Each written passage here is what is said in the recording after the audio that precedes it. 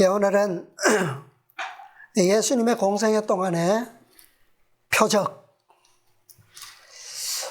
거의 다 보았죠. 그런데 아직 남아 있습니다만은 오늘은 성경에 상세하게 기록되지 않은 사건들, 표적의 사건들을 좀 보려고 합니다.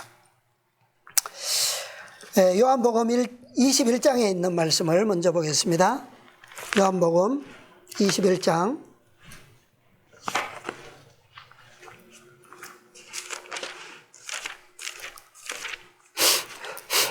요한복음 21장 맨 마지막 25절입니다.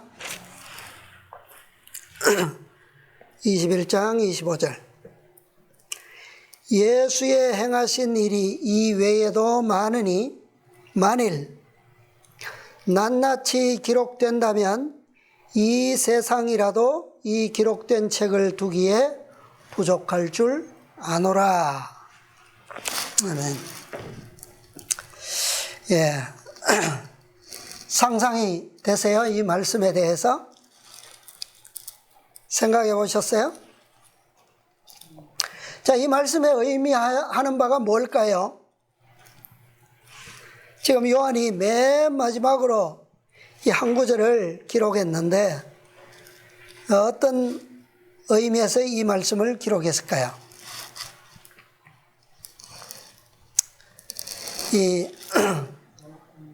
우리가 언뜻 생각하기에는 뭐 같습니까? 예수님의 그 행적들을 정말 성경에 기록한 것처럼 상세하게 기록하면, 물론 오늘날처럼 이렇게 아주 좋은 얇고 가벼운 고급진 기록이 아니죠. 그때는 아주 부피가 크고 무거운 그런 양피지 두루마리에 기록을 남겼습니다. 성경을 그렇게 기록했어요. 자, 그렇게 기록된다면 이 세상이 어떻다고요? 이 기록된 책을 두기에 부족하다. 뭐가 부족하다는 거예요? 물론 이것은 양적인 것을 의미하고 또 책을 보관하는 어떤 공간적인 의미를 우리가 먼저 생각하죠. 대충 기록해도 우리가 이 성경을 다 보는 게 정말 쉽지 않잖아요. 그런데 그것을 이 부피 큰 두루마리에다가 지금 있는 성경만 기록했다 쳐도 우리가 이거 어떻게 다 감당하겠어요, 그죠? 그런데 그걸 기록되지 않은 것까지, 또 기록된 것이지만 상세하게 기록한다면 그 참 감당하기 어렵다는 얘기죠. 근데 좀 과장되기는 한 것 같아요, 그죠? 뭐라고요? 이 세상이라도 그랬어요. 과연 그럴까?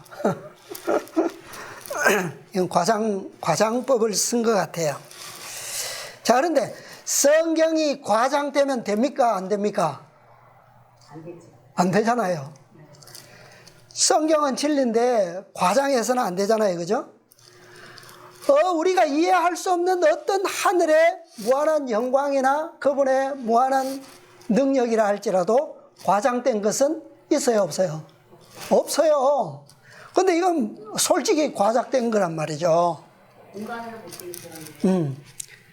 그래서 우리는 다른 의미로 좀 생각을 해야 되지 않나 싶어요. 그죠? 이 말씀이 의미하는, 요한이 의도하는 진짜 의미는 뭐냐? 진짜 의미가 뭐냐 이거죠. 성경은 무엇을 기록한 거예요? 예수님께서 오셔서 공생애를 기록하신 성경으로 남긴 목적이 뭡니까? 그분께서 보여주신 게 뭐라고요? 이 땅에 오셔서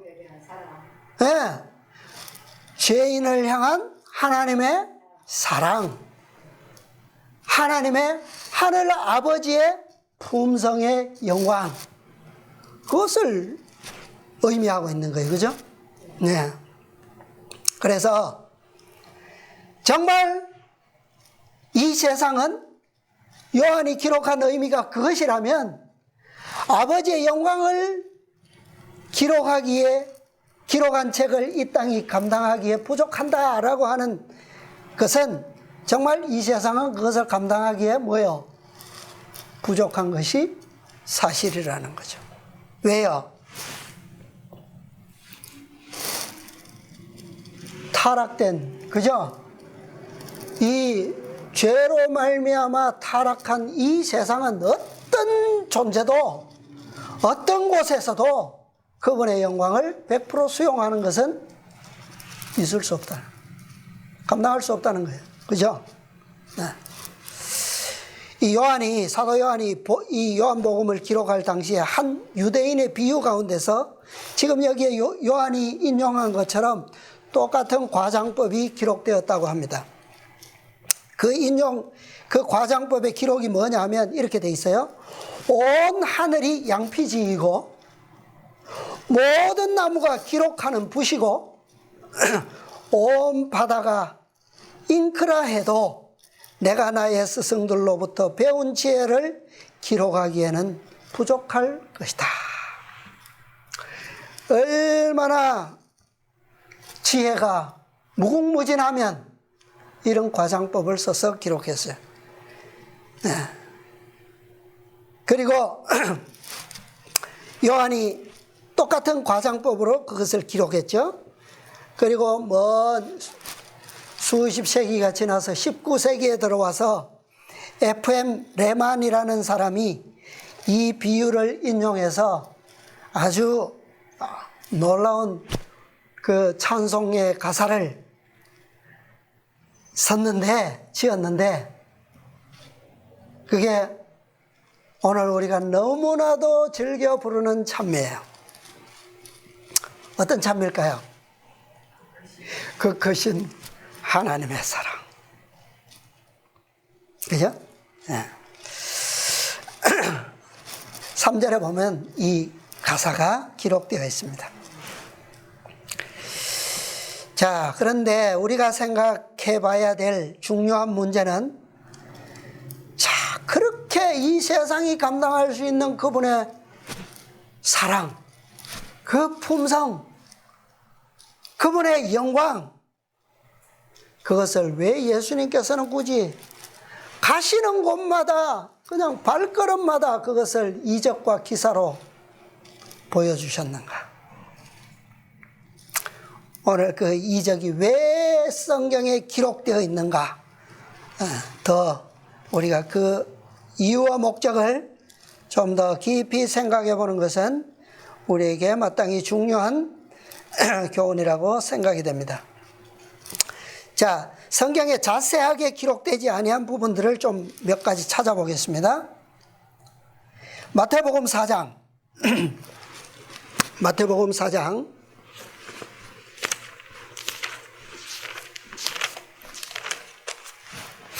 17절부터 있는 말씀입니다.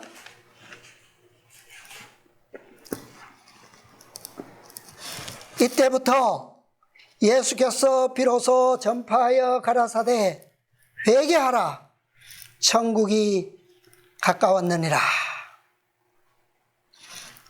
갈릴리 해변에 다니시다가 두 형제 곧 베드로라 하는 시몬과 그 형제 안드레가 바다에 금을 던지는 것을 보시니 저희는 어부라. 이 두 어부에게 예수님께서 뭐라고 하셨습니까? 나를 따라오너라. 따라왔어요. 21절 거기서 더 가시다가 다른 두 형제 곧 세베대의 아들 야고보와 그 형제 요한이 그 붙인 세베대와 한 가지로 배에서 금을 깁는 것을 보시고 또 뭐 하셨습니까? 부르셨어요. 제자들이 몇 명이 되었습니까? 4명이 예수님을 따랐어요. 23절 예수께서 온 갈릴리에 두루다니사 저희 회당에서 가르치시며 천국 복음을 전파하시며 백성 중에 모든 병과 모든 약한 것을 고치시니 그의 소문이 온 수리아에 퍼진지라. 사람들이 모든 앓는 자, 곧 각색 병과 고통에 걸린 자, 귀신 들린 자, 간질하는 자, 중풍병자들을 데려오니 저희를 고치시더라. 갈릴리와 데가볼리와 예루살렘과 유대와 요단강 건너편에서 허다한 무리가 쫓으니라. 네, 아멘. 예수님의 표적은 공생애를 시작하시고 제자들을 부르신 때로부터 그 이후부터 행하여졌어요. 그래서 예수님의 표적은, 이적은 제자들이 동행한 가운데서만 나타내셨어요. 제자들이 있지 아니하면 예수님께서는 그 일을 행하시지 않으셨습니다. 그래서 예수님께서는 항상 제자들이 그분께서 행하시는 이적과 표적을 가장 잘 볼 수 있고, 또 그 표적과 함께 말씀하시는 그 말씀을 가장 잘 들을 수 있고, 그 다음에 가장 잘 이해할 수 있는 그런 상황으로 이 이적의 상황들을, 섭리를 이끄셨어요. 그분께서 이적을 행하시는 곳에는 제자들이 항상 제일 가까이 있었습니다. 가장 가까이. 자, 지금 읽은 이 말씀은 예수님께서 이 3년 반 공생애를 통해서 가장 많은 이적과 기사를 나타내셨던 곳 어디입니까? 갈릴리 봉사예요. 갈릴리 봉사 동안에 가장 많이 나타내셨는데 이게 시작이었고 전체를 지금 말씀하고 있는 거예요. 이를테면 창세기 1장 1절에 보면 하나님이 태초에 천지를 창조하시니라. 그 1절에 천지를 창조하시니라. 그 속에는 첫째 날부터 1장 마지막 절까지 있는 모든 사업이 다 들어있어요. 그죠? 그것처럼 예수님의 갈릴리 봉사의 모든 이적이 여기에 사실은 다 들어있어요. 들어있는데 이 외에도 또 상세하게 지금까지 우리가 계속 보아왔던 35가지의 표적, 그거 외에 그냥 지금 기록한 것처럼 누구를 지목하지 않으시고 그냥 총체적으로 각색, 뭐라 그랬습니까? 각색 병과 고통에 걸린 자, 귀신 들린 자, 간질하는 자, 중풍병자들, 이렇게 하신 말씀들이 여러 곳에 기록되어 있어요. 그것을 좀 찾아보려고 합니다. 자, 누가복음 4장에 보면 4장 40절입니다. 누가복음 4장 40절. 해질적에 각색병으로 앓는 자 있는 사람들이 다 병인을 데리고 나아오니 예수께서 일일이 그 위에 손을 얹으사 고치시니. 예. 자, 이게 우리가 이제 길기 때문에 한 절만 읽었는데요. 그 앞에 어떤 일이 있습니까? 구체적으로 몇 가지의 표적이 나타났는데, 첫 번째는 가버나움의 회당에서 귀신 들린 자를 고쳐주셨어요. 그 다음에 막 귀신이 소리지고 지르고 낫고 나니까 막 기이 여기면서 혼란한 틈을 타서 예수님께서 쉬시기 위해서 어디로 오셨냐면 베드로의 집으로 왔어요. 베드로의 집으로 오시니까 거기에 누가 또 아픈 사람이 있어요? 장모가 열병을 앓고 있었어요. 그죠? 네, 열병을 고쳐주셨어요. 그날은 무슨 날이었습니까? 안식일이었어요. 그런데 40절에 가니까 그 소문이 막 안식일임에도 불구하고 막 근방에 막 퍼져가지고 막 집집마다 아픈 사람들이 있을 거 아니에요. 해질적에 각색 병으로 앓고 있는 자들을 다 데리고 베드로의 집으로 몰려들었다는 거예요. 근데 왜 해질 적에 왔다고요?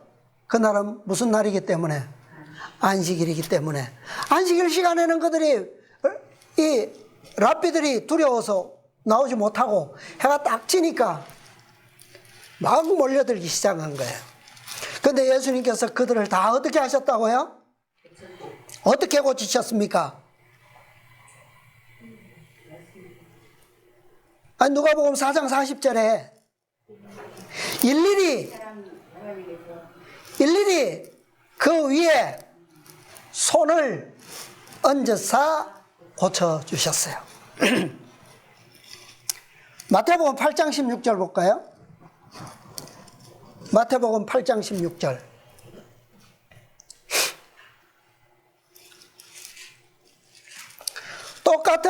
똑같은 기사예요, 이것도. 근데 한번 읽어보세요. 16절. 점을 뺀 사람들이 귀신 들린 자를 많이 데리고 예수께 오거늘 예수께서 말씀으로 귀신들을 쫓아내시고 병든 자를 다 고치시니. 여기는 뭐라고 말씀하셨어요? 아까는 일일이 그 위에 손을 얹어서 고치셨는데 여기서는요, 말씀으로 귀신을 쫓아내시고 병든 자를 다 고치시니. 빠짐이 없죠? 예. 자, 예수님께서 고치실 때 여기에 두 가지의 방법이 나타나 있습니다. 하나는 손으로 안수하시는 거예요. 그죠? 그 다음에 두 번째는 말씀으로. 베드로의 장모도 같은 방법으로 고침을 받았습니다. 15절 그 앞절에 보니까 그의 손을 뭐 하셨다고요? 만지시니 열병이 떠나갔어요. 누가복음에는 예수께서 가까이 서서 열병을 꾸짖으신데 병이 떠나고 그랬어요. 그러니까 일일이 손을 만지시는 것도 하셨고 열병을 꾸짖으심으로 또 병이 떠나도록 그렇게 고치셨어요. 네. 자, 그래서 이날 저녁에 아주 그냥 베드로의 집에는 난리가 났습니다. 그죠? 근데 얼마나 많이 왔는지 해가 지고도 여러 시간 동안이나 사람들이 오고 가고 쉴 새 없이 들락날락 했어요. 왜 그랬다고요? 지난번에 우리가 읽었죠.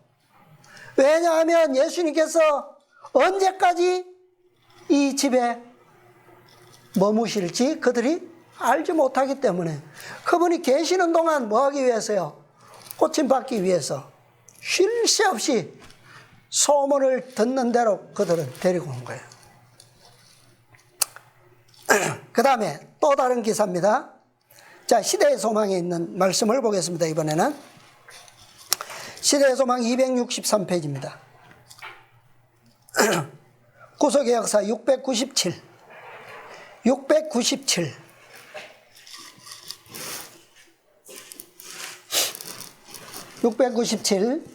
왼쪽에 첫 문단입니다. 왼쪽 단. 자, 문둥병자는 구주께로 인도된다. 예수께서는 이 첫 번째 문둥병자예요. 예수께서는 호숫가에서 가르치시고 사람들이 그 주위에 모여 있다. 문둥병자는 멀찍이 서서 구주의 입술에서 나오는 몇 마디의 말씀을 알아듣는다. 그 다음에요, 그는 예수께서 당신의 손을 누구 위에? 앓는 자 위에 얹으시는 것을 본다. 여기서도 성경에는 기록이 없지만 예언의 신에서는 분명히 말씀하고 있어요. 문둥병자만 고침을 받은 게 아니에요. 그죠? 그는 누구와? 절름발이와 눈먼 자와 중풍병자와 기타 각색 질병으로 죽어가는 자들이 건강한 몸으로 일어나서 구원받은 것에 대하여 하나님을 찬송하는 것을 뭐야? 본다. 여기에 문둥병자만 고침을 받은 게 아니에요. 이날에 온갖 각색 병자들이 다 와서 고침을 받았어요. 그의 마음속에 믿음이 강해진다. 자, 또 다른 기사입니다. 누가복음 5장 누가복음 5장 17절. 이날은 중풍병자를 고치시던 날이었어요. 중풍병자. 17절. 하루는 가르치실 때에 갈릴리 각 촌과 유대와 예루살렘에서 나온 바리새인과 교법사들이 앉았는데 뭐라고요? 병을 고치는 주의 능력이 예수와 함께 하더라. 여기도 많은 사람들이 와서 병을 고침을 받았어요. 그러고 있을 때에 누가 왔다고요? 한 중풍병자를 사람들이 침상에 메고 와서 예수 앞에 들여놓고자 하였으나 못 들어오니까 어디로 들어왔어요? 지붕을 뜯고 기와를 벗겨내고 침상째 예수님 앞에 내려놓았어요. 또 다른 기사입니다. 누가복음 6장 12절부터 보겠습니다. 12절부터. 이때에 예수께서 기도하시러 산으로 가사 밤이 맞도록 하나님께 기도하시고 밝음에 그 제자들을 부르사 그 중에서 12를 택하여 사도라 칭하셨으니 곧 베드로라고도 이름 주신 시몬과 및 형제 안드레와 및 야고보와 요한과 빌립과 바돌로메와. 자, 12제자를 세우시는 날이었어요. 자, 넘어가서 17절. 예수께서 저희와 함께 내려오사 평지에 서시니 그 제자의 허다한 무리와 또 예수의 말씀도 듣고 병 고침을 얻으려고 어디서요? 유대 사방과 예루살렘과 및 두로와 시돈의 해안으로부터 온 많은 백성도 있더라. 더러운 귀신에게 고난받는 자들도 고침을 얻은지라. 온 무리가 예수를 만지려고 힘쓰니 이는 능력이 예수께로 나서 모든 사람을 낫게 함이라라. 그리고 예수님께서 무엇을 말씀하셨습니까? 20절에 가난한 심령이 가난한 자는 복이 있나니 하나님의 나라가 저희 것이며. 산상설교가 여기서 시작된 거예요. 12제자를 세우시고 많은 병자들을 고치시고 그 다음에 뭘 하셨어요? 축사를 하셨어요. 축사. 12제자들을 부르신 그 설교를 여기서 하신 겁니다. 그러니까 여기 구체적으로 누가 어떻게 고침을 받았다 뭐 그런 건 없지만 각색 병자들이, 귀신 들린 자들이 고침을 받았다는 내용이 다 기록되어 있어요. 그죠? 자, 또 다른 기사입니다. 마태복음 9장 9장 35절. 예수께서 모든 성과 촌에 두루다니사 저희 회당에서 가르치시며 천국 복음을 전파하시며 모든 병과 모든 약한 것을 뭐요? 고치시니라. 이 사건은 언제냐 하면 두 소경을 고치신 사건 뒤였어요. 벙어리 귀신. 소경을 고치실 때는 분명히 두 소경이라고 지적하셨고 그들을 어떻게 고치셨는지도 기록이 되어 있어요. 그런데 그 이후에 각 성과 촌에 둘이 다니시면서 병과 모든 병과 약한 것을 고치신 데 대해서는 그냥 한꺼번에 이렇게 기록해 놓으신 거예요.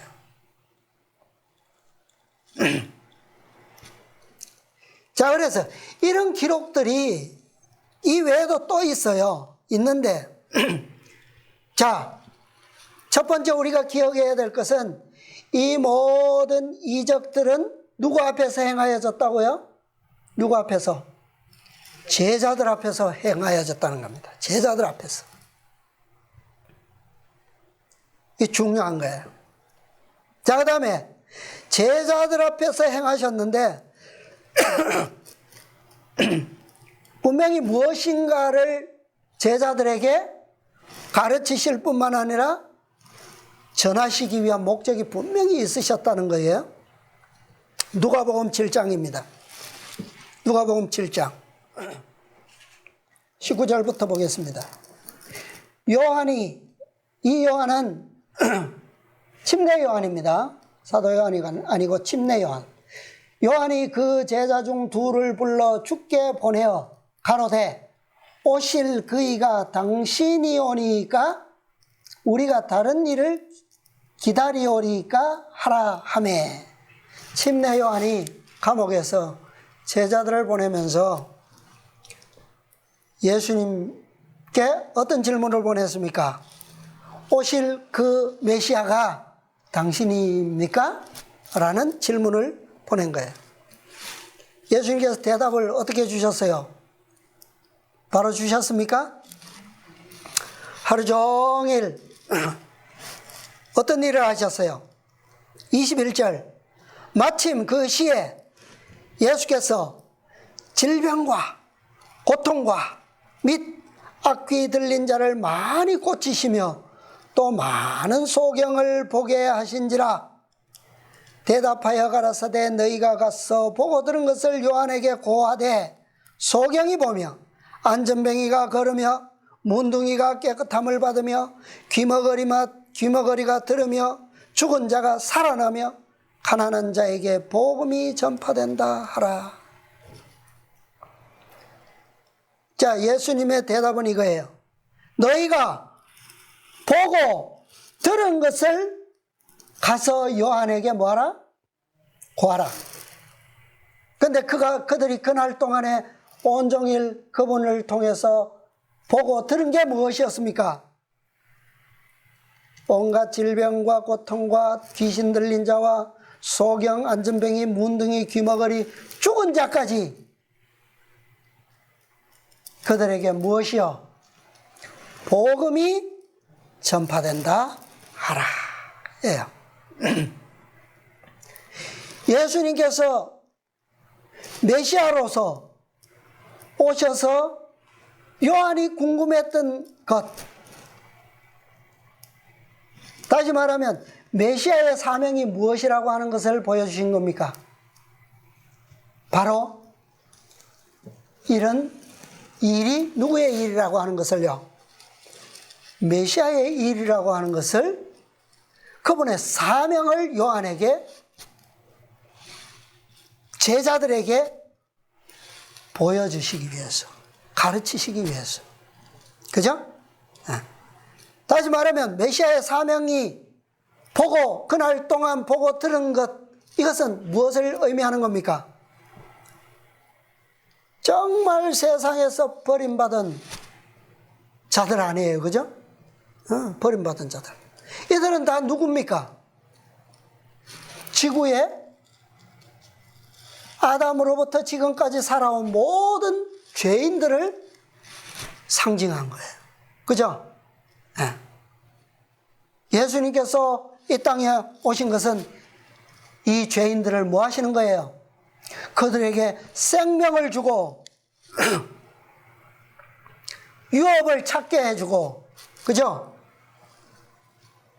그 아름다운 복음, 복된 소식을 만민에게 전파하는 거다. 그냥 말로서 전파하신 게 아니에요. 그죠? 무엇으로요? 일일이 그들에게 안수하셔서 고쳐주시고, 말씀으로 꾸짖어서 고쳐주시고, 그게 그분의 사명이라는 거예요. 자, 또 다른 목적이 있어요. 요한복음 14장입니다. 요한복음 14장 14절부터 보겠습니다. 예수께서 나오사 큰 무리를 보시고 불쌍히 여기사 그 중에 있는 누구를? 병인을 고쳐주시니라.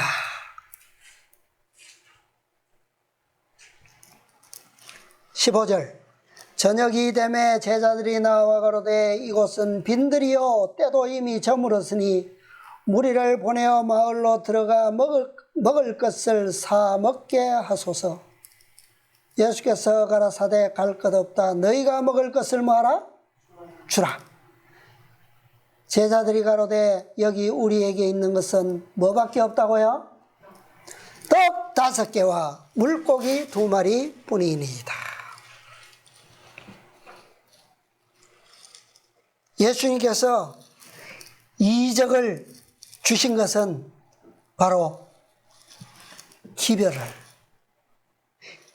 기별을 제자들에게 나타내시기 위함이었어요. 병인도 고쳐주셨고 떡 5개로 몇 명을 먹이셨어요? 5,000명. 얼마나 남았습니까? 12광줄. 이 먹은 5,000명은 누구였어요? 어떤 무리였어요? 유대인 무리였어요. 유대인 무리 5,000명. 그런데 남은 게 얼마라고요? 12광줄이. 이것은 이스라엘 12지파를 배불릴 수 있는 진리라는 거예요. 유대인 5,000명을 먹이고도 12광줄이가 남았어요. 이것은 자 5개 가지고 5,000명을 먹었으면 12광줄이면 12지파를 다 먹일 수 있습니까? 네, 먹일 수 있어요. 예수님께서 가지고 오신 복음은 바로 이런 복음이라는 거예요. 이스라엘 백성들을 위해서 특별히 가져오셨던 진리, 그분의 몸이었어요. 몸, 진리. 그래서 이때의 이적은 바로 유대인들을 위한 진리의 기별을 가지고 오셨음을 제자들에게 보여주시기 위함이었습니다. 자, 또 다른 이적과 목적이 또 있어요. 마태복음 15장 29절부터 마태복음 15장 29절부터입니다. 예수께서 거기서 떠나서 갈릴리 호숫가에 이르러 산에 올라가 거기 앉으시니 큰 무리가 누구를요?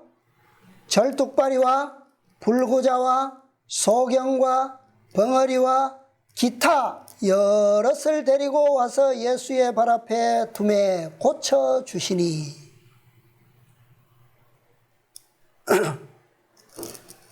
아까는 그 중에 있는 병인을 고쳐주셨어요.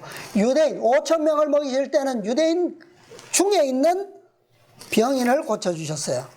그런데 지금은요, 예수님께서 산에 올라가서 앉으셨는데 큰 무리가 각종 병자들을 데리고 왔어요.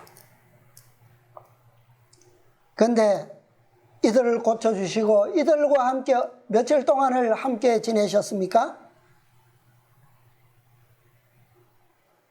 얼마 동안요? 32절에 보니까 사흘 동안 이들이 밤낮을 함께 예수님과 보냈어요.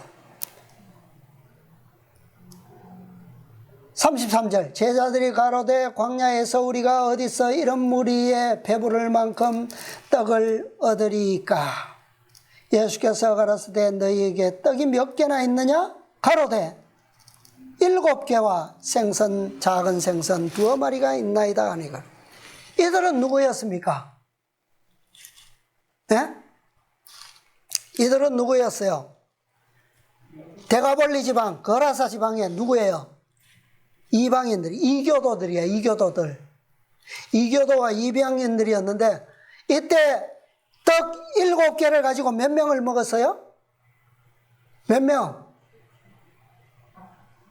4,000명. 4,000명을 먹이셨어요. 그런데 남은 떡을 모으니까 몇 광줄이에요? 7광줄이가 남았어요. 자, 이때에 베풀어 주셨던 이 병자들을 고치시고 7개의 떡으로 4,000명을 먹이신 이 떡의 이적의 목적은 뭡니까? 제자들에게 무엇을 가르치시는 거예요?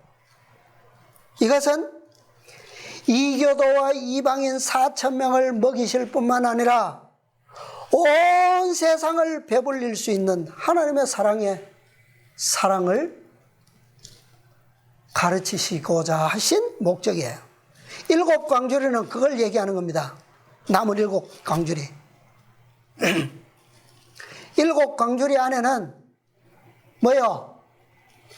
마지막 하나님의 백성 14만 4천인들을 위한 진리도 있지만 그동안 첫째 교회부터 6 교회까지 시대까지 모든 시대 동안 허다한 무리를 먹일 수 있는 양식으로서의 그분, 뭐예요? 그분의 몸, 희생, 그걸 가르치는 거예요.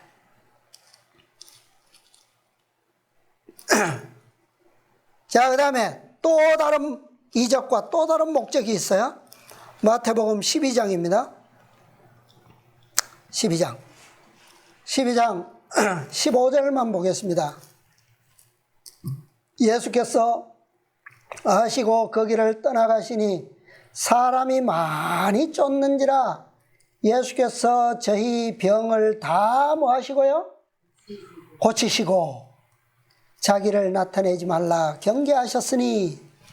자, 이 날은 어느 날이냐 하면 회당에서 가르치실 때 10절에 보면 한편 손 마른 사람이 있었는데 그 사람을 고치시면서 안식일에, 자, 양 한 마리가 있어 안식일에 구덩이에 빠졌는데 구하는 것이 옳으냐 옳지 않으냐 물으셨어요.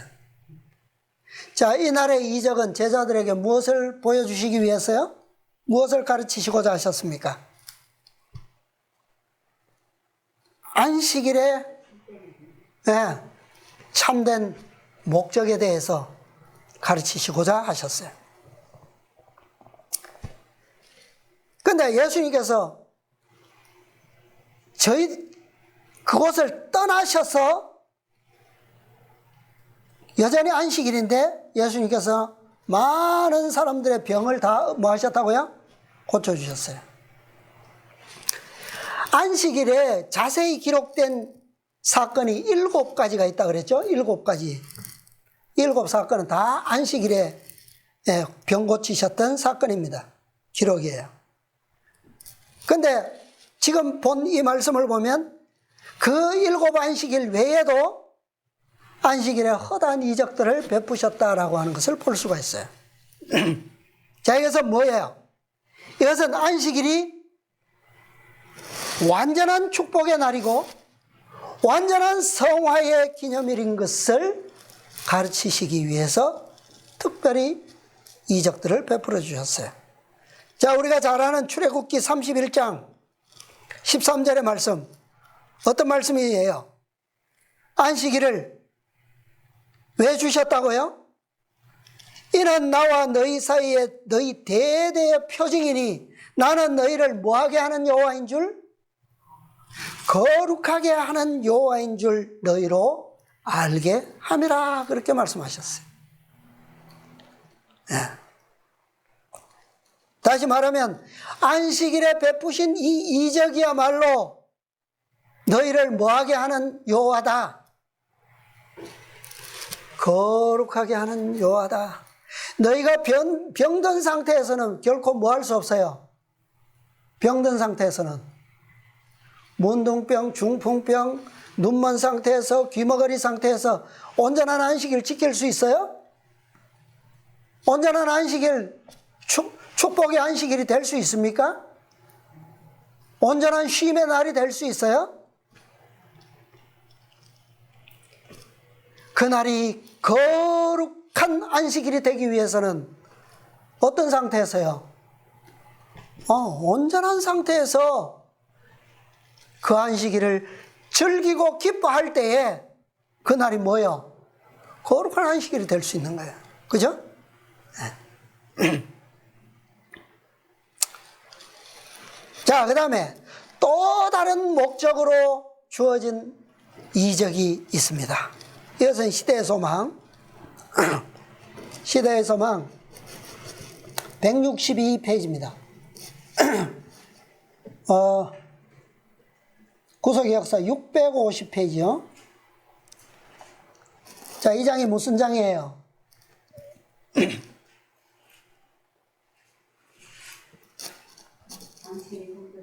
예, 성전에서요. 자, 이때 예수님께서 뭐 하신 사업입니까, 이게? 성전을 정결케 하셨던 첫 번째 정결 사업이에요. 성경에는 이때에 이 병자들을 고치신 이적에 대해서 기록이 없습니다. 그런데 자, 그 첫 문단 말고 그 다음 문단 보겠습니다. 사람들은 선생님이여 나를 축복하소서라는 간절하고도 가련한 호소를 하면서 그리스도가 계신 곳에 몰려들었다. 그리스도의 귀는 모든 외치는 소리를 들으셨다. 그리스도께서는 온유한 어머니의 긍휼보다 더 큰 긍휼을 가지시고 고통당하는 어린 것들을 굽어보셨다. 모든 사람들이 돌보심을 받았다. 각색 병 가진 사람들이 치유를 받았다. 벙어리가 입을 벌려 찬송하고 눈먼 자들이 그들의 시력을 회복시켜 주신 분의 얼굴을 바라보았다. 고통당하는 자들의 마음은 즐겁게 되었다. 첫 번째 성경 정결 때에 예수님께서는 제사장들과 바리새인들과 랍비들이 관원들이 다 성전에서 뭐 했지만 도망갔지만 떠나갔지만 누구는 남아 있었어요. 누구는 반대로 성전으로 오고 있었습니까? 병자들, 가난한 자들, 각종 저는 자와 눈먼 자와 벙어리들이 예수님이 계시는 성전을 향해 오고 있었어요. 예수님께서는 그들을 한 사람도 남김없이 다 뭐 하셨다고요? 다 고쳐주셨어요. 이것이 바로 그분께서 성전을 정결케 하실 때에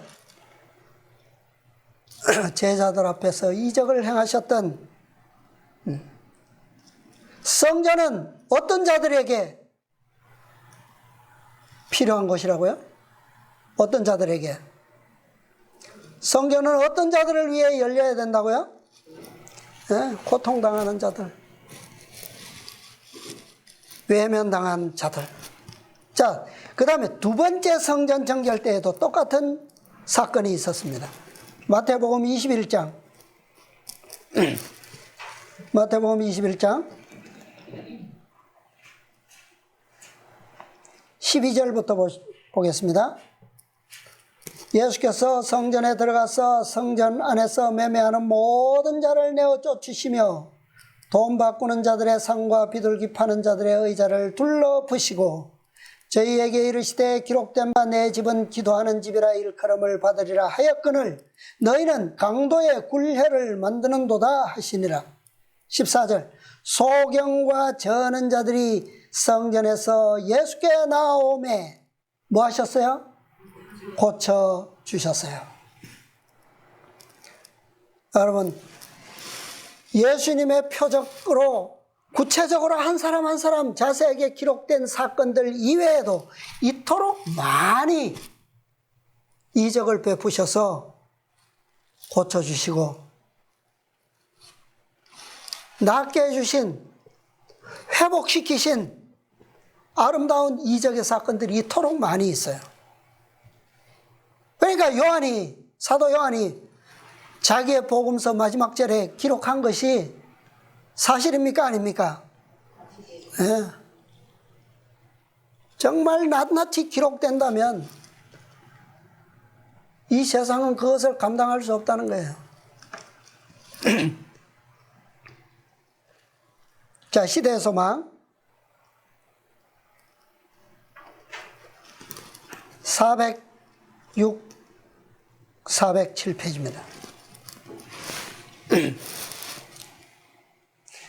그런데 이 모든 이적들이 누구 앞에서 베풀어졌다고요?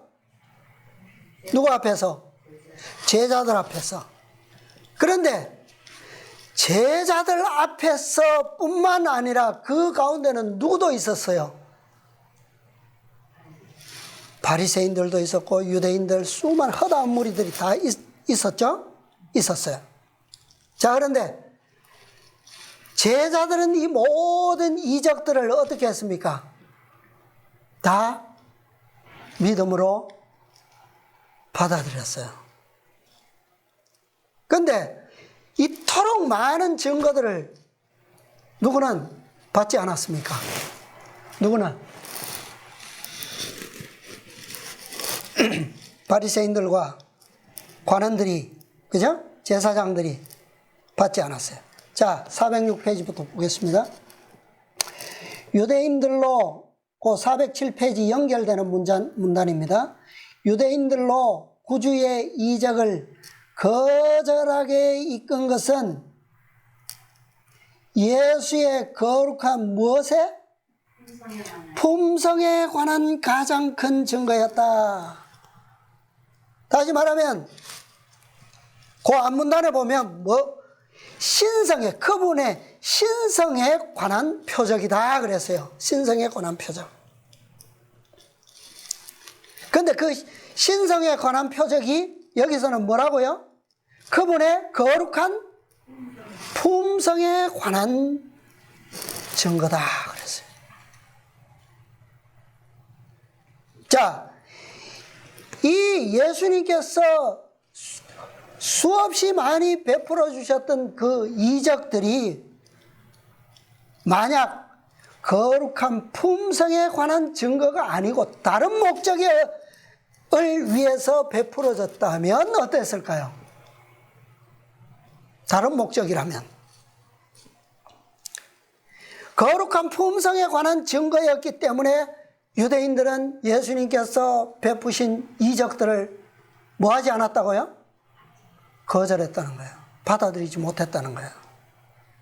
그래서 예수님께서 막 귀신을 쫓아내실 때 누구를 힘입어 쫓아냈다고요? 바알세불, 사단을 힘입어서 쫓아냈다고 막 억지로 변명한 거예요. 그것이 뭐다? 그것이 무슨 죄라고 그랬어요? 성령을 거역하는 죄다. 왜? 분명히 이것은 그분의 거룩한 품성, 그분의 신성한 표적인데 그것을 뚜렷이 알고도 뭐 했기 때문에 그 이적을 누구에게로 돌려버렸어요? 귀신에게, 사단에게 돌려버렸어요. 그러므로 그것은, 그 죄는 뭐 하지 못한다고요? 돌이키지 못하는 건 죄가 되는 거예요. 예수의 이적의 가장 큰 의의는 이 이적들이 인류의 축복을 위하여 행하여졌다는 사실에서 볼 수 있다. 어떤 축복입니까? 어떤 축복일까요? 왜 예수님께서는 표적을 행하실 때 거룩한 품성의 증거로서 굳이 이 이적을 주셨냐고요. 우리로 하여금 이 어떤 축복을 누릴 수 있도록 하나님의 백성과 자녀에서 떠나 죄인으로서 사단의 자식이 되어버렸잖아요. 그죠? 우리에게 주실 수 있는 축복이라면 그거예요. 그것을 뭐 하는 겁니까? 다시 회복시키는 것이야말로 가장 큰 축복이에요. 다시금 죄인들을 하나님의 백성요, 자녀요, 하나님의 뜻을 아는 자들. 다시 말하면 하나님의 뜻이 뭐예요? 우리를 향하신 뜻이 뭡니까? 너희는 하늘에 계신 너희 아버지의 무엇과 같이? 온전하심과 같이 너희도 뭐하라? 온전하라. 그거예요. 그것을 위해서 예수님께서 무엇을 행하셨다고요? 이적들을 행하셨다는 거예요. 그가 하나님에게서 왔다는 가장 큰 증거는 그의 생애가 하나님의 무엇을? 품성을 드러낸 것이다. 그는 하나님의 사업을 행하셨고 하나님의 말씀을 말씀하셨다. 이와 같은 생애는 모든 이적 중에서도 가장 뭐요? 큰 이적이다. 예수님께서 이토록 많은 이적들을 제자들 앞에서, 바리새인들 앞에서, 지도자들 앞에서 행하신 것은 바로 이 목적 때문이었습니다.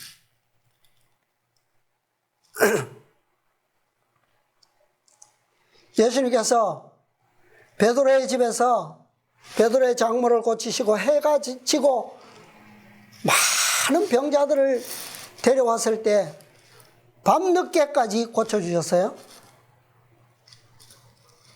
그런데 예수님께서 낮에 회당에서 가르치시다가 귀신 때문에 방해를 받고 쉬시기 위해서 베드로의 집으로 오셨는데 밤늦게까지 단 한순간도 쉬시지 못하고 계속 그 일을 하셨다는 거예요. 왜요? 쉴 새 없이 뭐 하니까? 누가 오니까? 병자들이 오니까 그들이 오는 동안에는 예수님께서는 뭐 하실 수가 없어요? 쉬실 수가 없는 거예요. 그래서 밤이 꽤 깊었을 때 그 일이 끝났어요. 끝났는데 시대의 소망에 보면 그러나 그러니까 긴 흥분의 날이 지나가고 예수님께서는 잠자리에 드셨다. 그러나 동네가 아직도 잠들어 있을 때에 구주께서는 새벽 오히려 미명에 일어나 나가 한적한 곳으로 가서 거기서 기도하셨다. 예수의 지상생애의 나날은 이렇게 보내어졌다. 예수님께서 항상 가시는 곳마다 뭐예요? 병자들이 와서 고침을 받았고, 귀신 들린 자들이 고침을 받았고, 눈먼 자와 벙어리와 이런 자들이 와서 고침을 받았어요. 군중들은 쉴 새 없이 허다한 무리들이 몰려들었어요. 예수님의 지상생의 나날이 늘 이랬다는 거예요. 그런데 예수님께서는 하루도 빠짐없이 하신 것이 또 하나 있었는데 그게 뭐라고요? 새벽 미명에 뭐 하시는 일입니까? 기도하시는 일이에요. 예수님의 이적과 표적은 그냥 나온 게 아니에요. 제자들에게 보여진 게 다가 아니라는 거예요. 그러니까 예수님의 모든 이적에는 일일이 손으로 뭐 하시는 일과 안수하시는 일과 그 다음에 말씀으로 꾸짖으시는 것, 이 외에 또 한 가지가 있었는데 그것이 바로 뭐라고요? 새벽 미명에 드리는 기도의 능력이 함께 하였다라고 하는 거예요. 세 가지입니다. 이것을 제자들에게 가르치시기를 원하셨고, 이 기도야말로 제자들을 변화시킨 이적의 능력이었다라고 하는 것을 나중에 깨닫도록 하시기 위해서 그들 앞에서 이 이적들을 행하신 것입니다. 자, 우리는 이 세 가지를 분명히 깨달아야 돼요. 그분께서 모든 표적과 기사들을 성경에 기록으로 남기신 목적이 뭐라고요? 오늘 우리로 하여금 뭐 하시기 위함이라고요? 그 기적의 능력으로 우리를 뭐 하시도록? 변화시키시기 위한 거라는 거예요. 성화시키시는 능력, 그것을 우리로 뭐 하도록? 믿도록. 근데 거기에는 안수하시는 손과 그 다음에요 말씀의 능력과 또 뭐가 있다고요? 우리를 위해서 중보하시는 기도의 능력, 이것이 함께 하고 있다는 거예요. 함께. 그분의 기도의 능력이 없으면 오늘날도 지금 우리를 위해서 그분께서 뭐하고 계셔요? 지성소에서 중보하고 계셔요. 그분의 중보가 없다면 아무리 말씀의 능력이 뛰어나고 그분의 손의 안수가 우리에게 머문다 할지라도 중보의 능력 없으면 이것도 안 돼요. 이 기도가 요한복음 17장을 보시면 예수님께 하신 이 기도 때문에 16장에는 뭐가 있죠? 제자들을 위해서 무엇을 약속하셨습니까? 보혜사 성령을 약속하셨어요. 그것도 부족하다는 거예요. 17장에 그분의 기도가 있음으로 인해서 제자들은 뭐야? 변화될 수 있었어요. 뭐 되게 해달라고요? 하나 되게 해달라고. 자, 사도행전 49페이지 나중에 참고하시기 바랍니다. 성령의 약속은 얻으시되나 어떤 족속에거나 제한되어 있지 않다. 이 문단 참고하시기 바랍니다. 마지막 두 문장만 읽어드리겠습니다. 박해와 시련의 오랜 세기를 통하여 남녀들은 그들의 생애에 성령의 임재를 크게 누렸으며 세상에서 이적과 기사를 베푸는 자들로 섰다. 누가?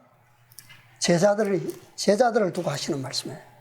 그들은 천사들과 사람들 앞에 구속하시는 사랑에 변화시키는 능력을 뭐했다? 나타냈다. 이게 바로 예수님의 이적과 표적을 따라다니면서 보고 배운 제자들의 생애였고 증거였어요. 그러니까 그들은 예수님의 능력, 이적의 능력을 보고 배운 것이 그것을 그대로 따라할 뿐만 아니라 여기에는 어떤 증거로요? 구속하시는 사랑에 변화시키는 능력으로 나타냈다 그랬어요. 그러니까 모든 표적의 목적은 궁극적으로 어디에 있다는 겁니까? 품성의 변화. 하늘 아버지의 품성의 영광을 드러내는 데 있다는 거예요. 이스라엘 백성들이 광야학교에서 40년 동안 42곳에서 장막을 치는 동안 베풀어졌던 그 이적, 그 공과를 맨 마지막에 요단강을 건너면서 그 기념물을 그들은 가져와서 세웠어요.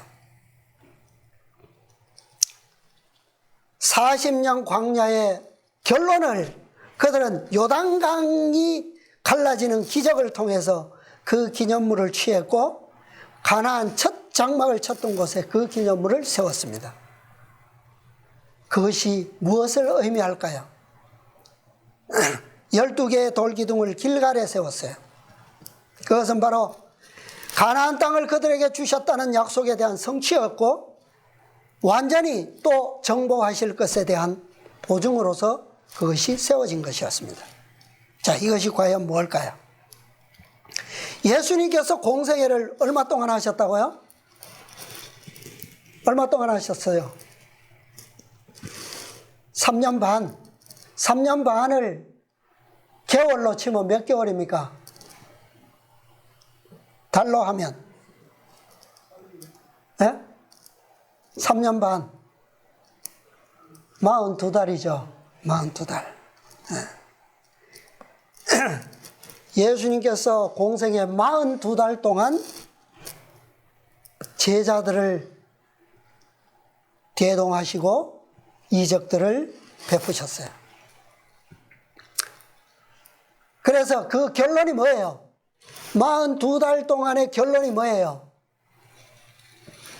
12기념물을 교회의 초석으로 세우는 일이었습니다. 그죠?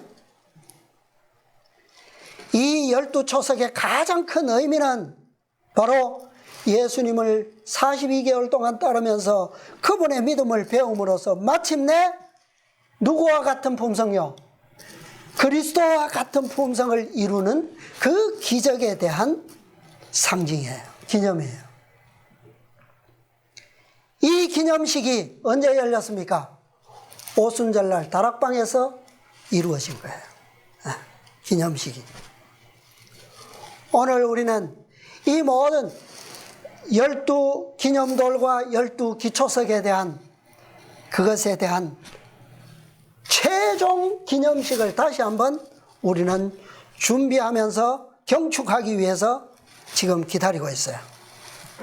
오늘날 우리는 14만 4천인으로서 바야흐로 이스라엘의 12대표와 교회의 12대표의 이름 아래서 마지막 이적의 기념물로서 마지막 행사를 치르게 될 겁니다. 그 행사가 언제가 될까요? 늦은 비가 부어지는 날. 우리는 과거의 어떤 기념식보다 더 영광스러운 그런 기념식을 치르게 될 것입니다. 사도행전에 보면 사도시대에 성령을 부어주시면 이른 비 혹은 먼저 비의 시작이었고 그 결과는 영광스러웠다. 종말에도 성령의 임재가 참교회와 함께 할 것이다. 영광스럽게 이루어질 거라는 거죠. 근데 그것을 교회정언 8권 21페이지에 보면 더 구체적으로 말씀하셨는데 이른 비의 결과는 영광스러웠다. 그러나 늦은 비는 더욱 풍성할 것이다. 초기 문집에 보면 그것을 더 구체적으로 말씀하고 있어요. 얼마나 더 영광스러울 것인가. 초기 문집 83페이지. 이 윌리엄 밀러의 꿈이에요. 윌리엄 밀러의 꿈 가운데 보면 처음 잘 정돈된 아름다운 보석 상자를 보여줬죠. 그것이 이른 비의 영광이었습니다. 그런데 사람들이 와서 그것을 다 짓밟고 훑고 다 흩어놔서 먼지 속에 다 감춰버렸어. 한 사람이 들어와서 그것을 청소를 싹 하고 먼지 다 날려버리고 그 보석들을 하나도 바늘만한 보석까지도 하나도 남김없이 다시 그 상자에 다시 더 큰 상자에다가 질서정연하게 놓으셨어요. 그런데 그 영광을 들여다보니까 얼마나 더요? 얼마나 더? 10배나 더 찬란하게 빛나고 있었다. 그래서 이게 늦은 비의 영광이에요. 늦은 비의 영광. 오늘 우리는 예수님께서 우리 안에서 역사하셔서 이루시는 그 이적의 결과를 몇 배 더요? 네, 초대교회보다 10배나 더 찬란하고 아름답게 빛날 그 품성의 영광을 우리가 보장받고 약속받고 지금 준비하고 있는 거예요. 우리 모두 주님의 은혜 안에서 이 영광이 정말 마지막 때에 세상에 드러낼, 온 우주 앞에 드러낼 영광스러운 기념물로서 우리 모두 함께 준비되고 또 하나님의 보좌 앞에서 그것이 영광스럽게 빛나게 되기를 바라면서 오늘 말씀을 마치겠습니다.